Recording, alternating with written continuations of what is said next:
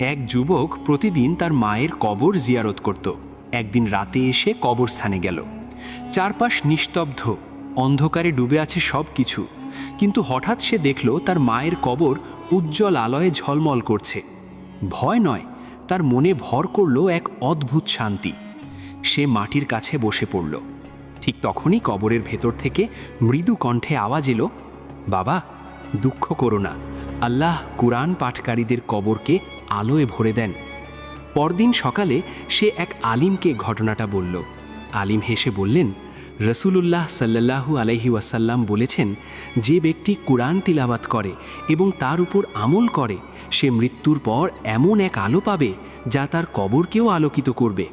সেদিনের পর যুবক প্রতিজ্ঞা করল, প্রতিদিন অন্তত কিছু সময় কুরআন তিলাওয়াত করবে, যাতে মৃত্যুর পর তার কবরও নূরের আলোয় ঝলমল করে।